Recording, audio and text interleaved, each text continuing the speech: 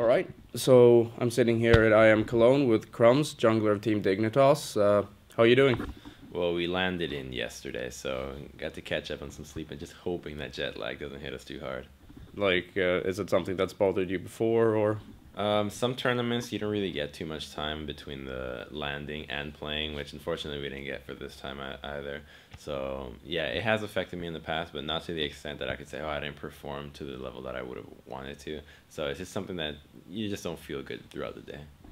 Okay, and so if we pick up where you left off in terms of like professional gaming, last time you were obviously dubbed like the prophet for Worlds and everything, and I guess that was the most attention that you'd ever gotten on that kind of a front. So, like, how did it feel then to, like, have your own sort of segment at Worlds and everything and just becoming this personality mid-event?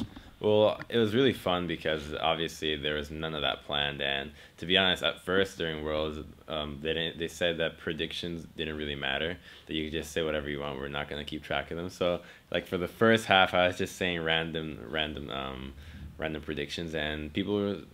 The whole crew was like, it doesn't really matter. Yeah. And then eventually it started getting a lot more right. And then by the end, since the whole thing came up, they started tallying up all the ones from the beginning. So it looked like I had a really bad track record because I wasn't even trying in the beginning.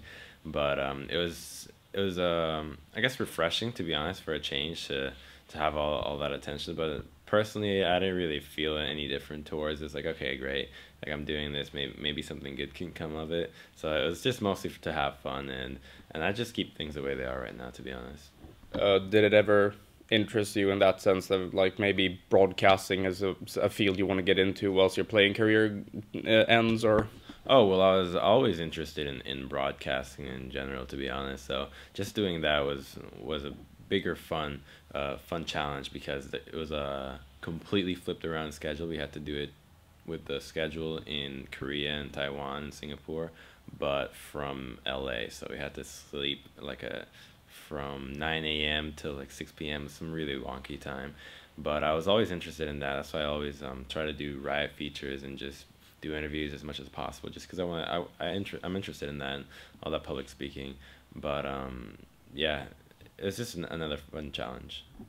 How do you view like players when they retire to become casters? Because it was sort of I guess there was kind of a stigma around it to begin with in some esports, where like, oh well, you only cast when your career is over and that kind of stuff. But I mean, like objectively, you provide like pro gamers obviously provide the highest level of insight. But like, is that how you look at it too? That like retiring and then becoming a caster is something that's beneficial for everyone involved, that you get to keep involved in competitive gaming and you get to inform people at the same time and provide this role that maybe isn't like as common.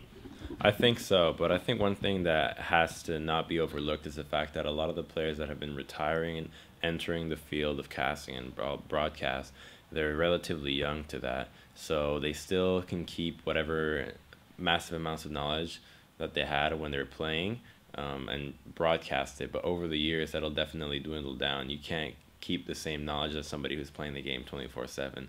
So eventually, those people are going to have to transition into a full-on, just be more of a broadcaster in general, and not bring in what they had as a player all the time, because it's not like, let's say, NFL, where you played the game and it's pretty much timeless, or in basketball it's timeless, right? The rules aren't changing, the patches don't change, league changes constantly, so you have to stay on top of the ball, which means that bringing that knowledge as a player will only last you a couple of months, maybe some years.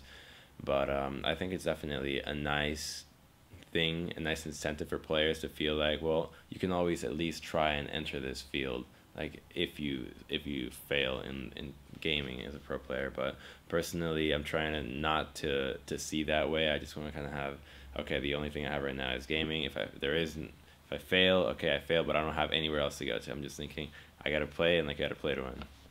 Okay, and so since you already segued into the topic of playing, then obviously Dignitas looks a lot different now than it did last season, with fielding 2 Korean players and maybe like the most famous member, PewDiePie, missing.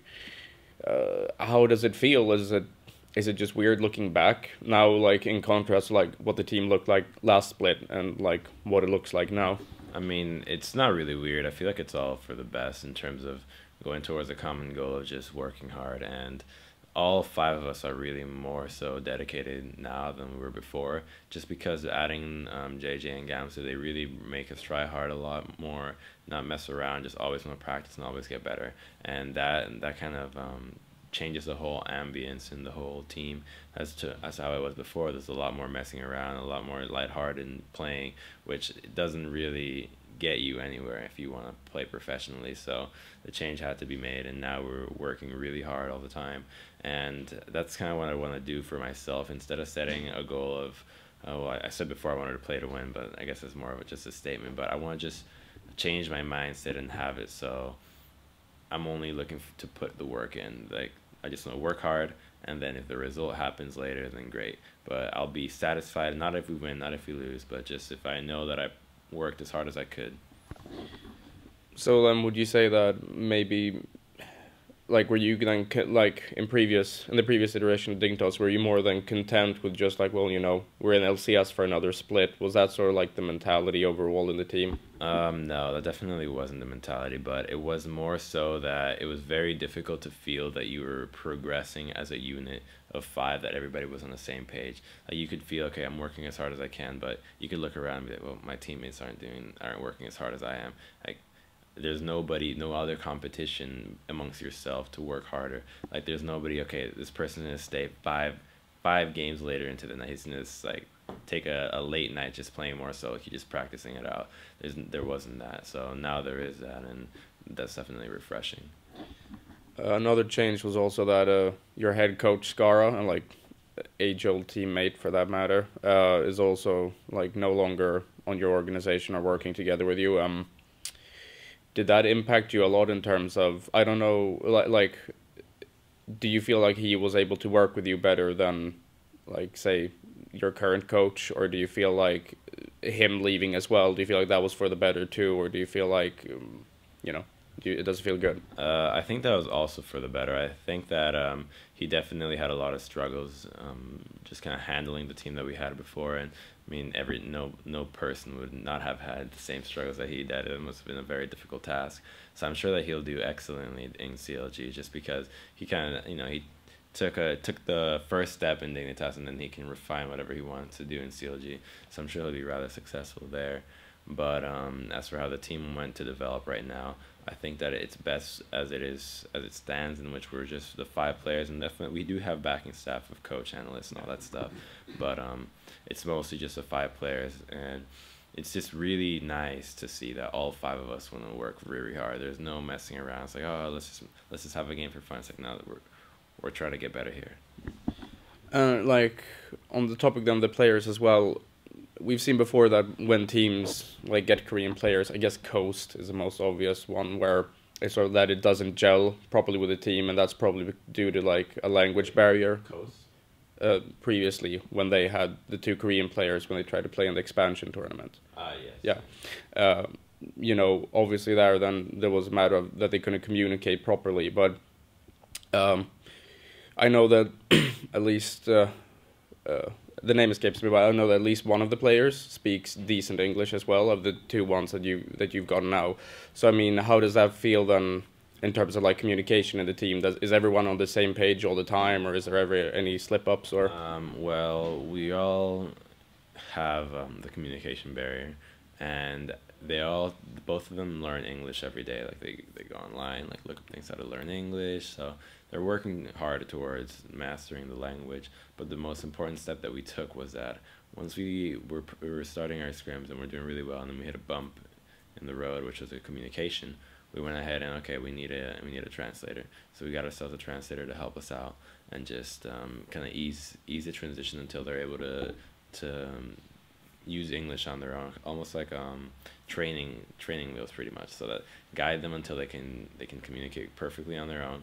And it's been great with that, because just when there's always a little mistake that they're not getting their point across, or we're not getting our point across to them, we can always kind of use that as a tool to communicate and just continue on with the practice until we can do it by ourselves, which has been fantastic. And I don't think there's been other teams that have done that, at least to my knowledge.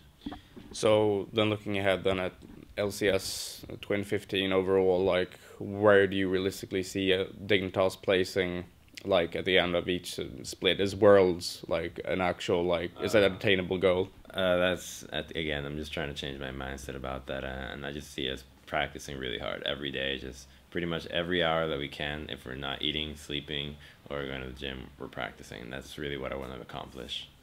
Okay, then. Well, I don't really have much more to add, so the final word is yours. Well, thank you for this interview, and be sure to catch us playing at 2015 LCS split. Thank you. Thank you.